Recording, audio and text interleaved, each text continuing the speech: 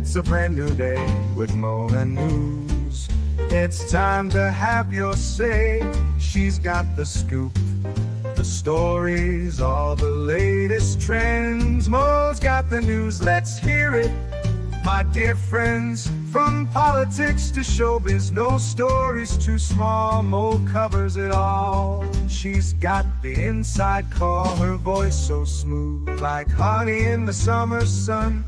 With Mo on the mic, you know the news is always fun. Mornings with Mo, the best newsy news in the world. With her style so classic and her stories unfurled. From morning till night, she's got us in the know. Turn on your radio, let Mo's newsy news flow.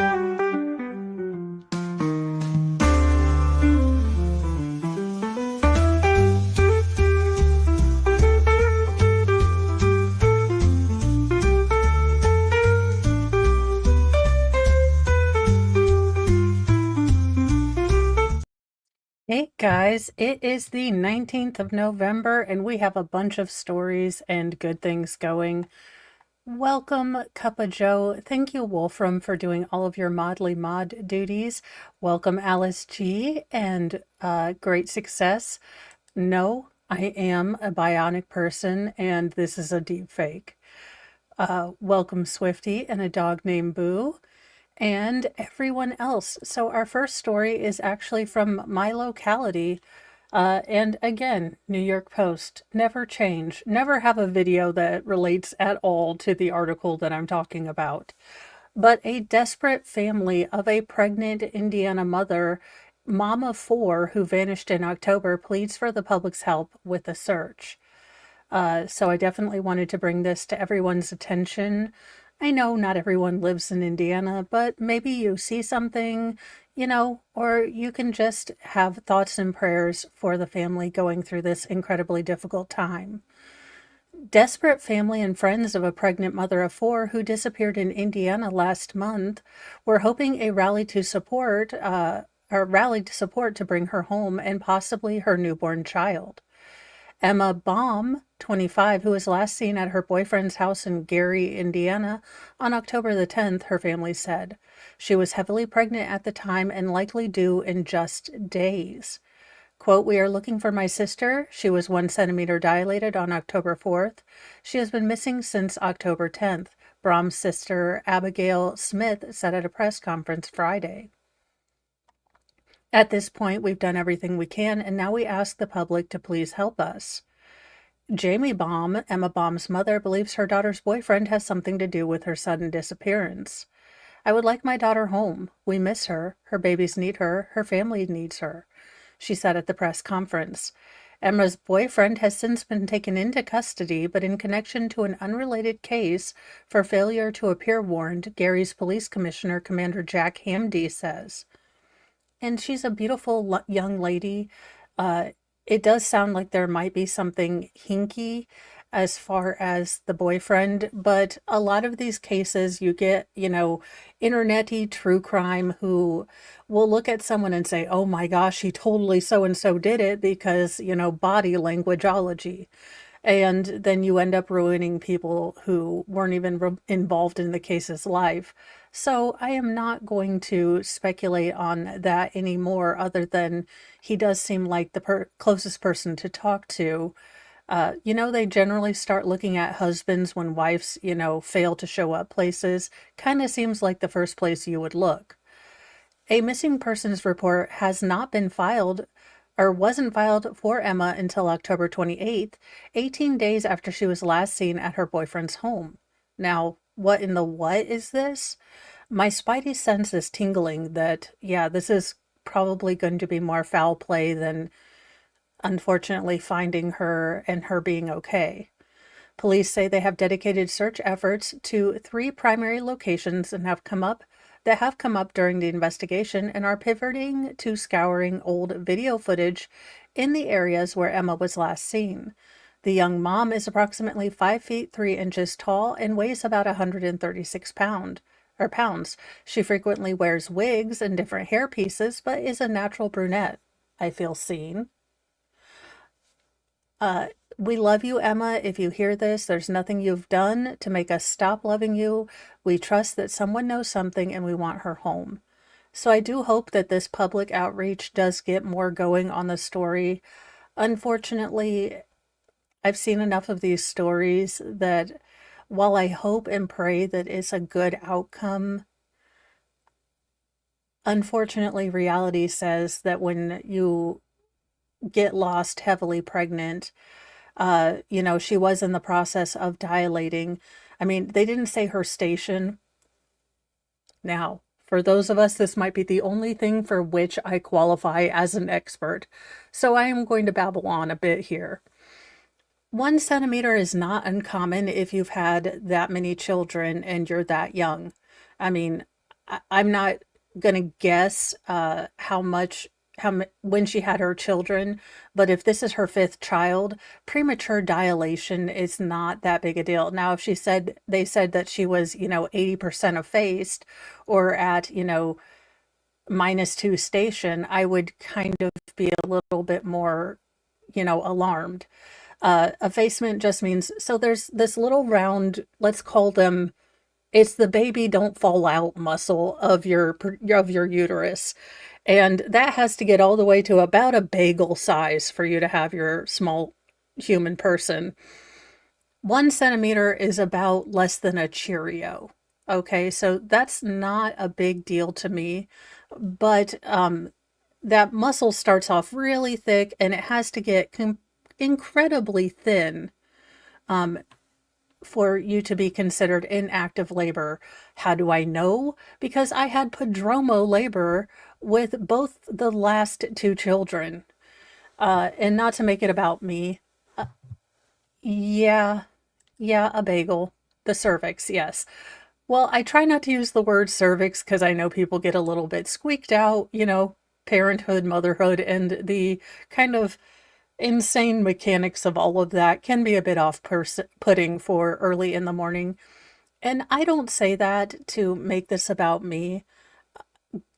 Honest to goodness, I hope beyond all measure that we find this woman and nothing happened to her. But unfortunately, I think this is going to be another bad story out of Gary. And I know as much as I make fun of Gary, Indiana, they are trying their best to, work on rebuilding and kind of changing that image. Now, it's Gary, Indiana still, so I think it might take like a PR level, of Tylenol after the 80s, Tylenol killings in Chicago in order to make Gary good again. But that's just me, and I hope that the family gets answers because I can't imagine not having answers. And for those little children that are left at home not knowing where mommy is, God, I hope we get answers for them and justice if we need to. Well, if you just happen to have the gold pocket watch given to a captain who rescued Titanic survivors, you could have, sold it for a gajillion dollars too. Again, New York Post with nothing to do with anything that I'm talking about on this particular story. A gold pocket watch given to a ship captain who rescued 700 survivors from the Titanic sold at auction for nearly $2 million, dollars, setting a record for memorabilia from the shipwreck.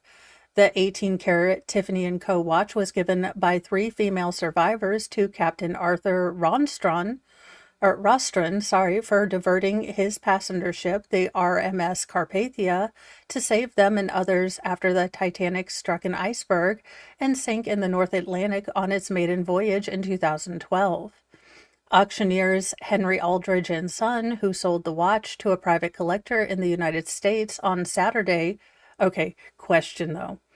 Do you think that the person who bought this just listens to Celine Dion, My Heart Will Go On, while holding this locket and or watch and just like rocking, saying, Rose, you should have saved Jack. There was room on the door, you incredibly selfish bint.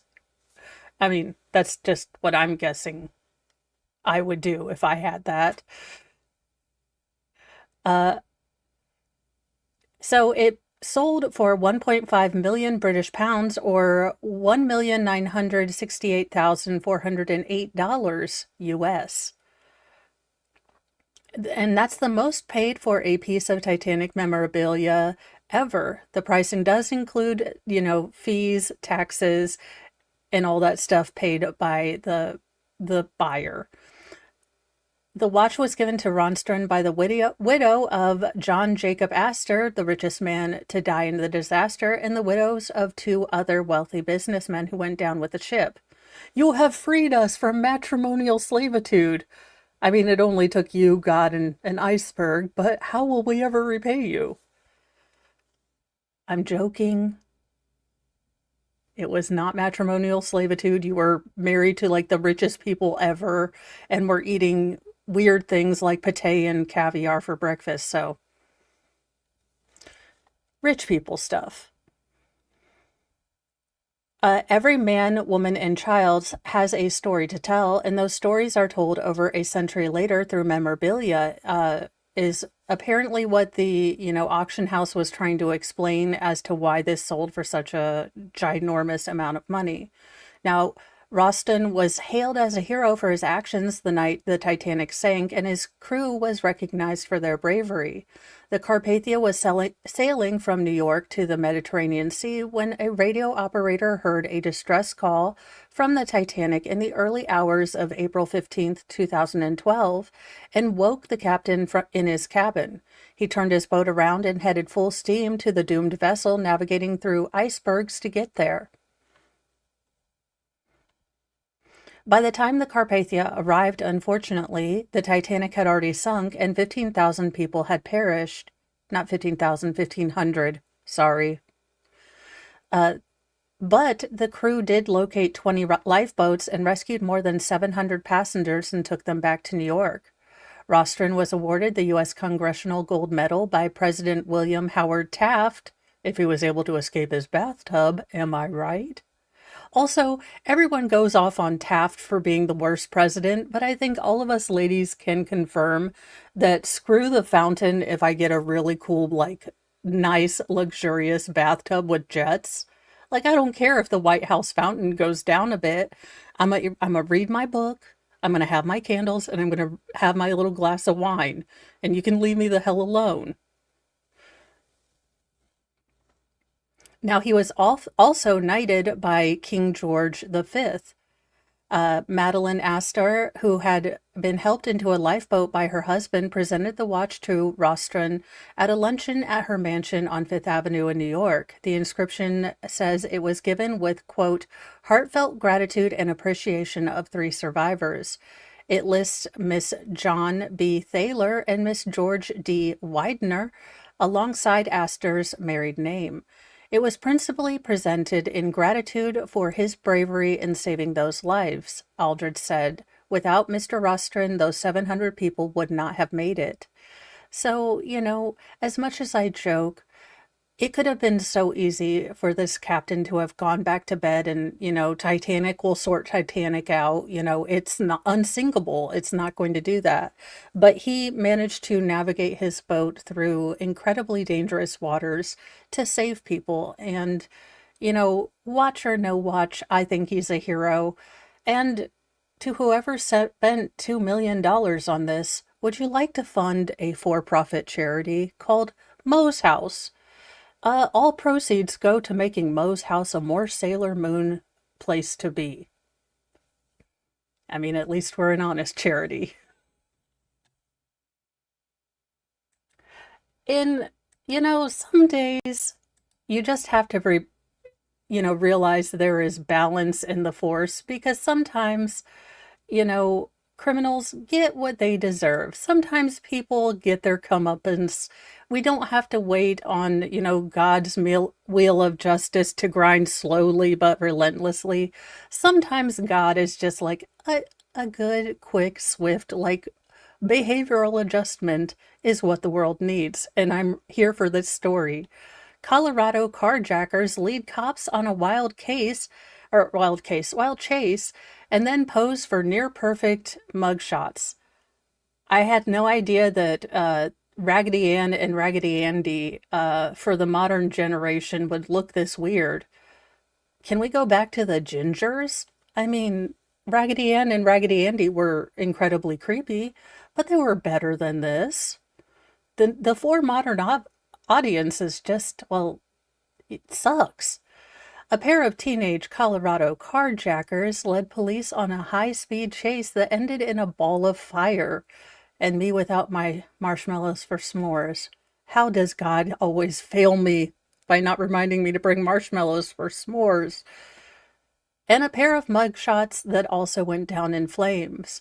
Police arrested 19-year-olds Michael Howell McGlynn and Christine Elizabeth Romero Thursday after pulling them from a burning wreck of a 2015 Subaru Forester.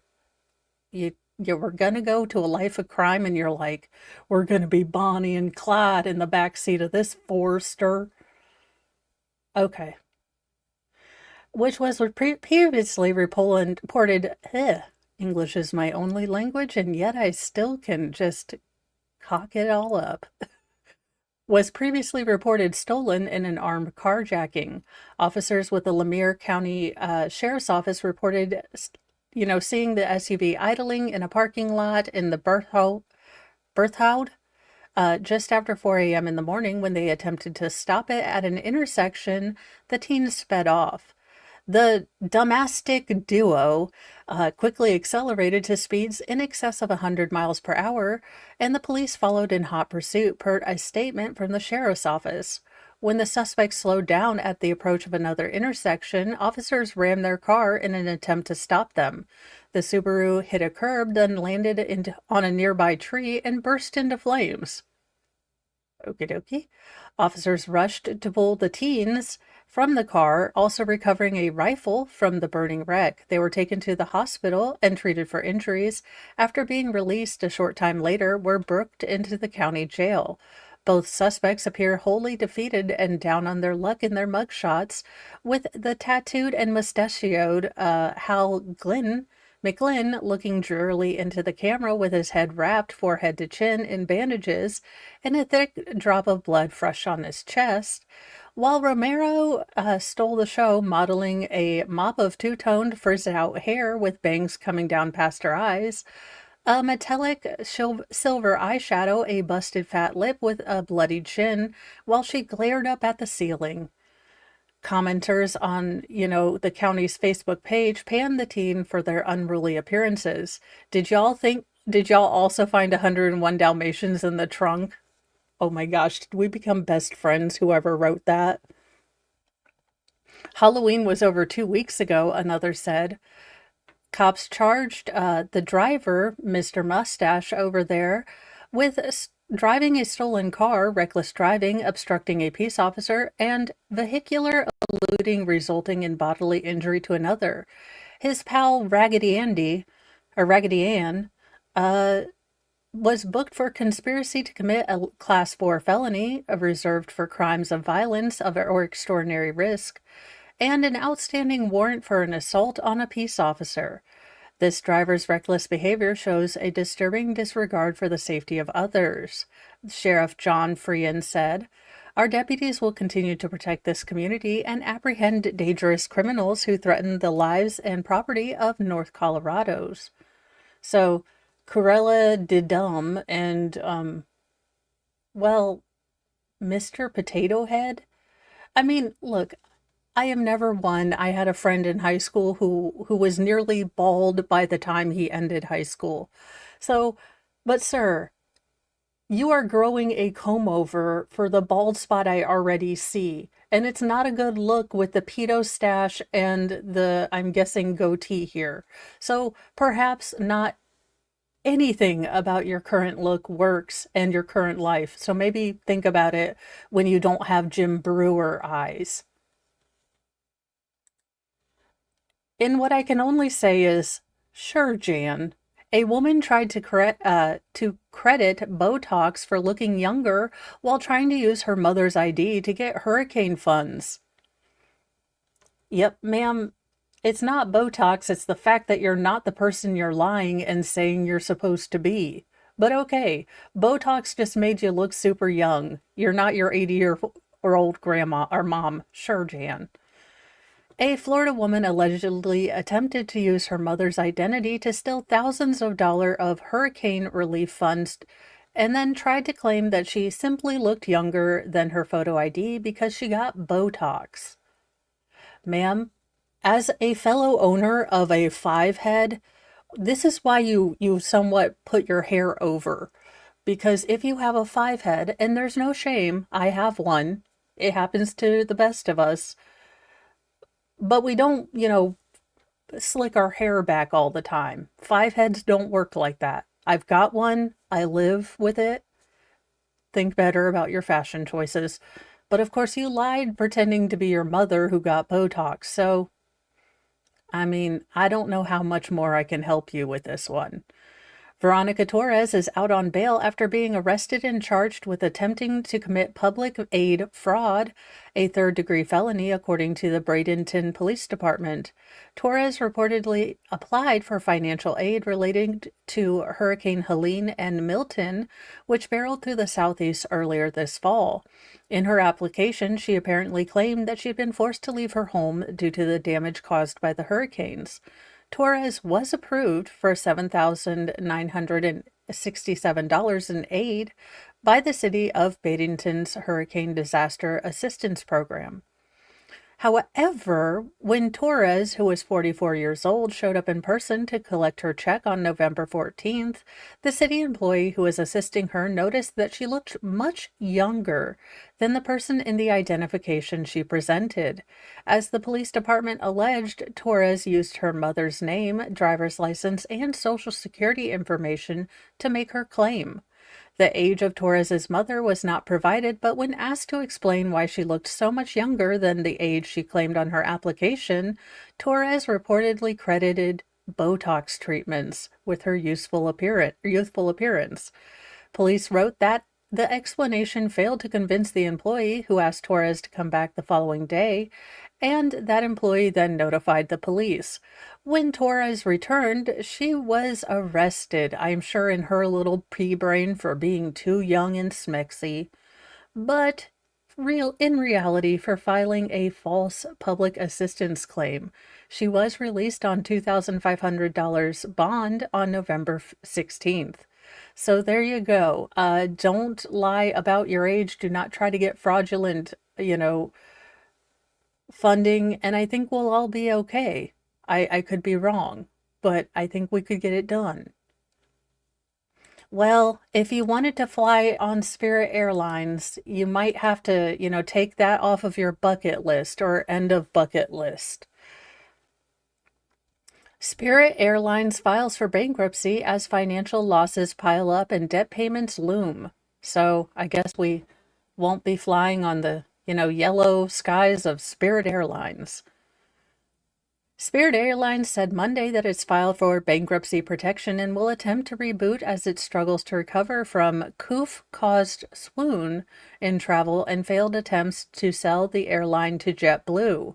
Spirit, the biggest U.S. budget airline, lost more than $2.5 billion since the start of 2020 and faces looming debt payments totaling more than $1 billion over next year. Holy fazolies, that's a lot of cashola. Spirit says it expects to operate as normal as it works its way through the pre-arranged Chapter 11 bankruptcy process, and that customers can continue to book and fly without interruption. It is the Waffle House of the skies. Shares of Myanmar, the Florida-based Spirit, dropped 25% on Friday after the Wall Street Journal reported that the airline was discussing terms of a possible bankruptcy filing with its bondholders. It was the latest news in a series of blows that have sent the stock crashing down by 97% since late 2018, when Spirit was still making money. CEO Ted Christie confirmed in August that Spirit was talking to advisors about its bondholders about the upcoming debt maturities. He called the discussions a priority and said the airline was trying to get the best deal it could as quickly as possible. So there you go. We might never have Spirit Airlines, or hopefully they'll figure out their debt.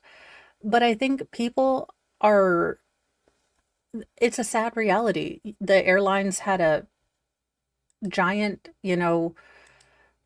well, punch to the gut with the coof, and then you have people that can't afford to go on airlines anymore. I mean, people are seriously looking at, gas or heat.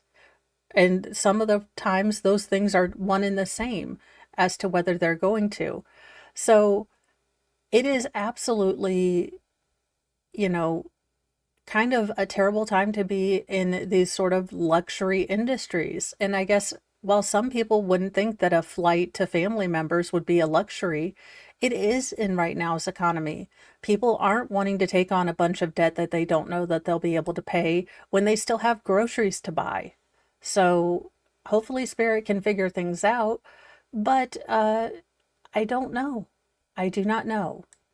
In a sad story, and who all of the people who came to this decision that this man was incompetent, uh, need to be held their feet to the fire and explain their decision. Family of jogging teen unalived by a man who was walking free after being deemed incompetent for trial files a $50 million lawsuit. You get that money, family. You get that money, because this is ridiculous. The family of an 18-year-old college student who was killed by a stray bullet while exercising has filed a $50 million lawsuit against the university, the city, and the state of Tennessee, among others. Jessica and Matt Ludwig, parents of the late Julian Ludwig, filed the lawsuit earlier this month in Davidson County Circuit Court against Belmont University, the Metro Nashville government, and the state of Tennessee based on claims of wrongful death and conscious pain and suffering. The complaint claims that their daughter's murder was only made possible by the multiple combined acts of negligence and recklessness committed by the defendants. A key component of the wrongful death suit stems from the shooter, 24-year-old Shaquille Taylor, being on the street despite the fact that he had been charged with aggravated assault with a deadly weapon just 7 months earlier. However, several doctors found Taylor incompetent to stand trial and that he failed to meet the eligibility requirements to be involuntarily committed to a mental health facility, so he was just set free.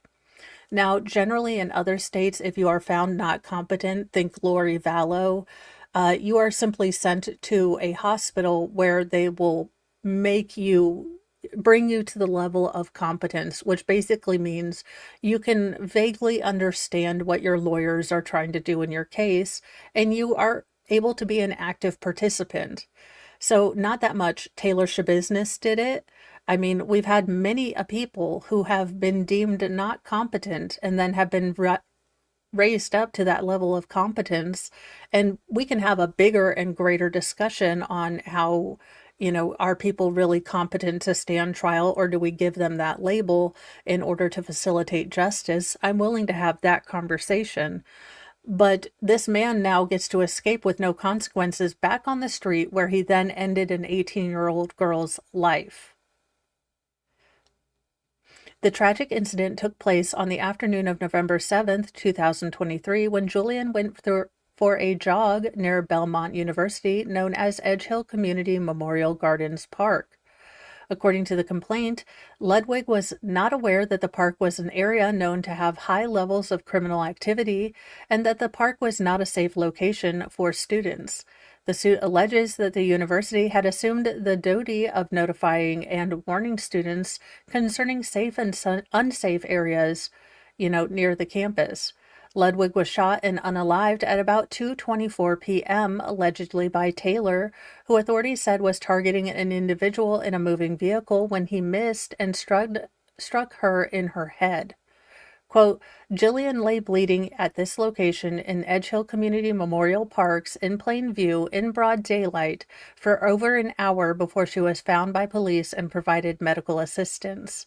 The complaint states, It was not until 3:32 p.m. Central Time, over an hour and 8 minutes after the shooting occurred, that a passerby found Jillian lying in the park, bleeding and suffering, before emergency medical services were dispatched to transport Jillian to the hospital. The family alleges that the police department was negligent in investigating the scene, even after knowing that a shooting had taken place, forcing Jillian to suffer and drastically decreasing her chances of being saved. The family is also holding the state government and multiple employees for Taylor being released from detention.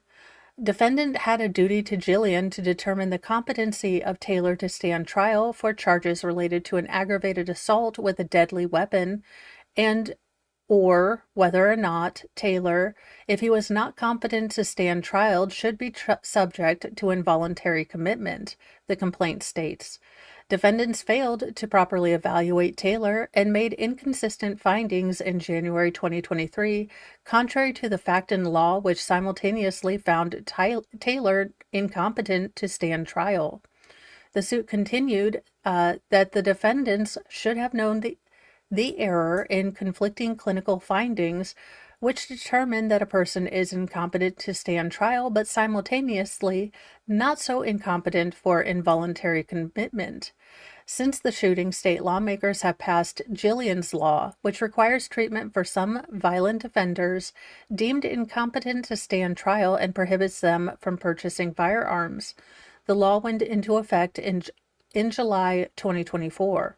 Taylor faces felony murder and tampering with evidence charges. His next court appearance is scheduled for December the 9th. Yeah, I think that, so I'm of many different points, but I can definitely see the parents' point, and I think they have a fair argument here. Now, do I think that it is incumbent upon all of us to take some responsibility to find out if there are, maybe not so gray areas? We need to look. I'm going to go big screen on this because I feel really, really, after the Lake and Riley thing.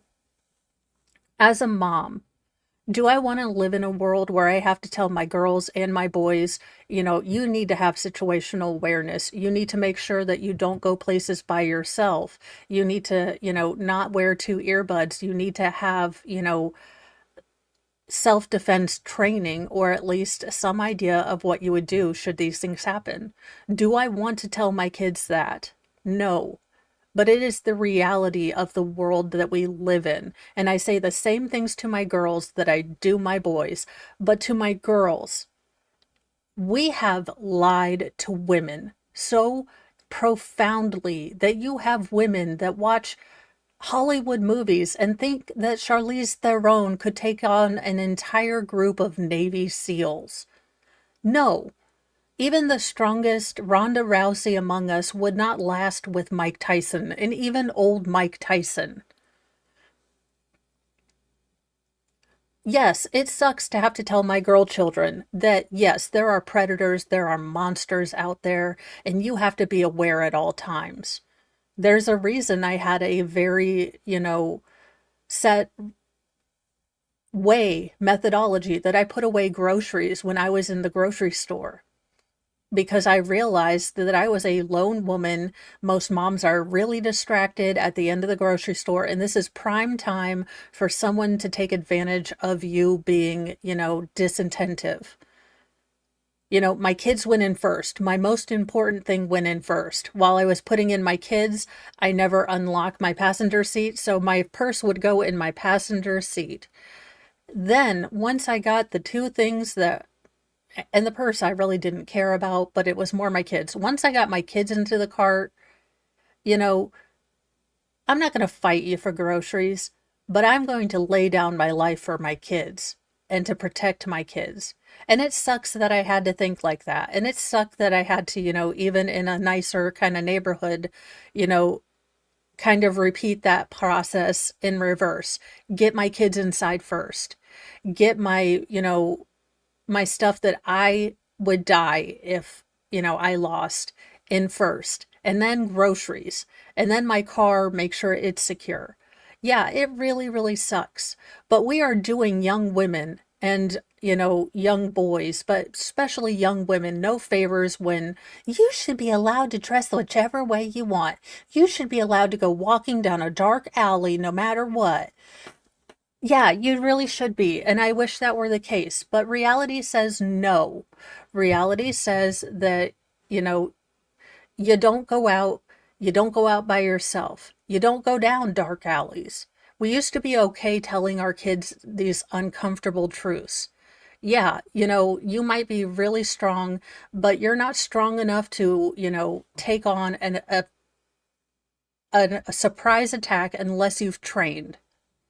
And it gets me so irritated that, yes, the schools should definitely have said that this is not a safe place to work out. This we've seen a lot of, absolutely, criminal things going on, but you're still an adult. You want to go work out somewhere. Now, maybe it's the introvert in me, but I'm going to look to see if it's a big old crimey crime spot. I am so tired of telling women, it's like these moronic people that tell women to go bicycle without a hijab or a niqab in, Afghanistan. No. I wish it were the case that you could go bikini riding right next to, the Taliban and they wouldn't, do anything bad about it. But the truth is, there are monsters out there, and you have to be situationally aware. And not telling your girls, if you want to go somewhere, if you want to do something, check out what the safety concerns are. Check out what this is. Don't ever go out with two earbuds in. Don't ever be so lost in your phone or in your device that you don't notice someone, behind you. Now, granted, I watch way too much crime stuff, so I even take notice when, I just see people follow me out of the car. And unfortunately, that's how you have to be because these monsters don't wear name tags. They don't say, I'm a total monster. So maybe we could teach our girls and our teens to have a little onus on themselves and keep themselves, safer. Maybe instead of telling them to be a girl boss, tell them to be safe. Tell them to make right choices and to always have a backup plan and to go out with friends and don't leave a party unless you tell someone. Don't go into a car with people you don't know. I mean, maybe I'm just crazy. Maybe this is me getting really, really worried, even though my oldest daughter has a wonderful head on her shoulders. And I am now dealing with a struggle that a lot of parents have had to deal with as far as realizing that you have to give up a piece of your heart to walk around in the world where there's monsters and you can't protect them and you have to hope and pray like Lake and Riley that they just never meet one of these people or they know what to do. And it is terrifying because on one hand, you can't stifle them. You have to let them go. This is what you've been training them. They get to live their own unique life. And if you've done it right, they'll come back and share all of these wonderful experiences with you. But the stories, the cases that I cover, gosh, do I just want to send her to a convent. Sorry, guys. I don't know. Mainly for the reason I just state, this story and Lake and Riley have been very hard for me. Um, Maybe because it's bringing some of my, current. I don't do well with change. I like the status quo. And having to think of putting my firstborn, the person who made me a mom, out in this big scary world is is terrifying. It is terrifying. But I take confidence in the fact that I've raised an intelligent, smart person. And I've seen it. We may not agree on everything, but just because there are monsters out there don't mean that there aren't dragon slayers and knights and superheroes out there too. So that's what keeps me going because, as much as there are monsters out there are absolutely heroes out there too. And I think we sometimes get so lost in the there be monsters that we forget that there's also, in small or large ways. Absolutely heroes out there too. And thank you, Patrick W., for gifting a membership, and that went to Maria Z. So, welcome to the Church of Mo. Thank you for joining. We have dark chocolate, sarcasm, dark humor, but we tend to be pretty cool over here, and we like Daria, which, is a good selling point in my book. And you guys, I am going to have to buy a new shadow box for next year. And so while we are tangenting off, since this is going to be a shorter show, I will explain what Mr. Mo has to deal with when it comes to me.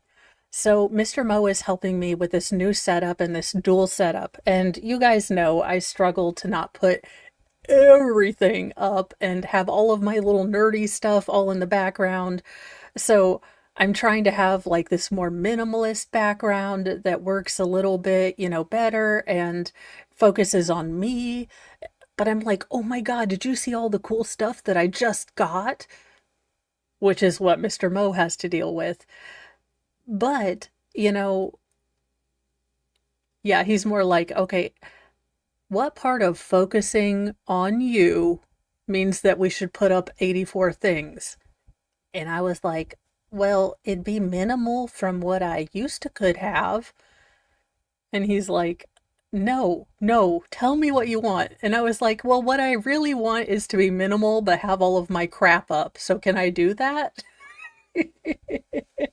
And he was like, no, those are two opposite things. And I'm like, well, then I don't know. I just want to be mad that I can't have both things at the same time. And he's like, okay, how about you take a couple minutes to be mad that you can't put every single thing that you think is awesome up on your stream and then come back with what you think you'd be okay with not having. And I was like, maybe a nice lamp or something in the background that I could put a nice lamp on and then maybe a neon sign. I think I'd be okay. And he's like, how about we sit on that and think about it? Because I know you, and you would add one more thing, and then the shelves would just fall over in, a disarray of, frankly, absolutely freaking awesome tchotchkes. But, when you're trying to do more focused on you, he's like, those two things don't make sense together. And I was like, well, can I be a minimalist maximalist? I don't know how it works, but I'm pretty sure if I make my own religion, I can make it make sense. This is what Mr. Mo has to deal with. Because I was like, okay, but what if we just put like a bunch of this stuff and like some lights and I just get a bigger office? I do need I have a really cool shelf, but I think I'm going to put it on my comfy seat side.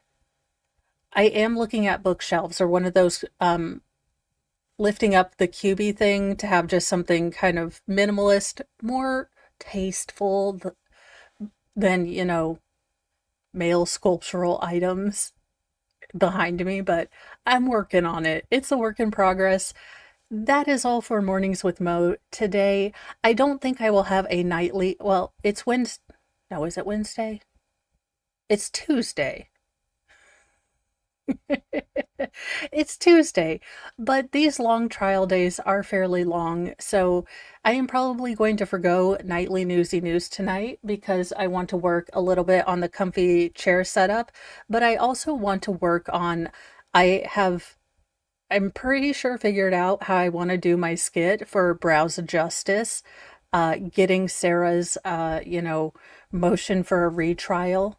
So it's going to be epic. But I need some time to work on that because I am a genius with technology, as you all know. So still looking for that assistant who will work for Hot Pockets on editing, because that would be awesome possum. But all in all, I'm pretty lucky. I get to hang out with you guys and talk about newsy news and rant and, have emotional breakdowns about my daughter going and leaving me to start her own beautiful life, which I am really, really trying to be okay with. Bye, you guys. And meet me over. I do, guys. I do have you sent, or you guys are going to be sent over to Broken Baker. I will be over there and we will continue the Laken Riley trial. And it looks like the state will be resting this morning, so things to look forward to. Bye, you guys. Thank you so much for joining. I appreciate it greatly. Bye.